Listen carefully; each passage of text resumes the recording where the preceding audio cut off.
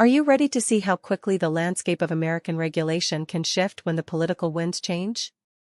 The FDA agency, once committed to tight, rigid control over the vaping industry, has suddenly dropped its guardrails, signaling a massive, paradigm-shifting pivot by the Trump administration. Before we continue, if you want to stay on top of everything happening in U.S. politics, hit that subscribe button right now and leave a like. It really helps this channel grow and ensures you don't miss any of our deep dive reports on the stories the mainstream media might be burying. Let's look at the facts. In just the span of 14 days, the federal government has fundamentally altered its approach to vaping. We are talking about the granting of official marketing authorizations for 4 distinct flavored vaping products, a move that would have been unthinkable just a short time ago. But it goes deeper than just approvals.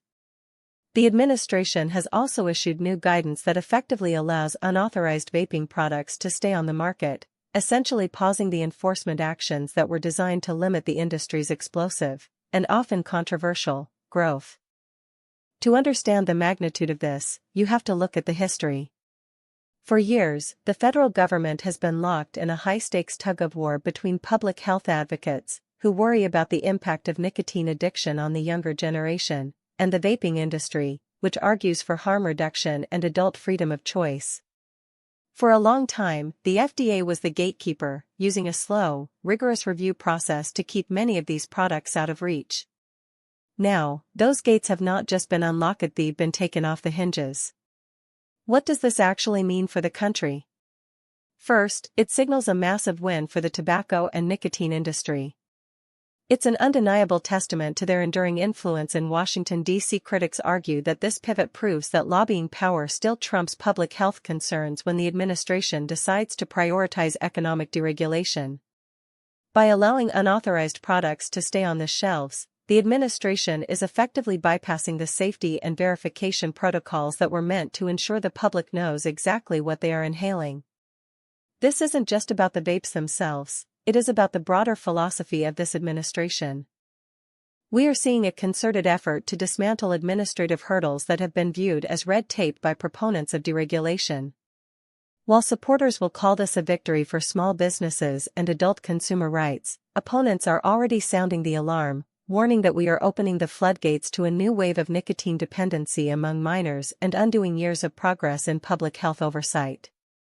The secondary outcome here is the complete change in tone at the FDA. When a regulatory body suddenly reverses course so aggressively, it creates a ripple effect throughout the entire bureaucracy. Other industries are likely watching this closely, wondering if they are next in line for a massive rollback of oversight. If the vaping industry can get this level of leniency in a matter of weeks, who else is in the crosshairs of deregulation? We have to ask ourselves, is this the start of a pro-business at all costs era for the Trump administration, or is this a specific, calculated play to capture a certain demographic of voters who feel stifled by federal overreach? The tobacco industry has deep pockets and even deeper connections, and this shift suggests those connections are paying dividends at the highest level of executive power. So, what do you think about this? Is the Trump administration right to cut the red tape and let the market decide, or is this a dangerous betrayal of public health standards? Drop your opinion in the comments below. I read every single one, and I want to hear where you stand on this massive shift in policy. Ultimately, this story is about much more than just flavored pods and devices.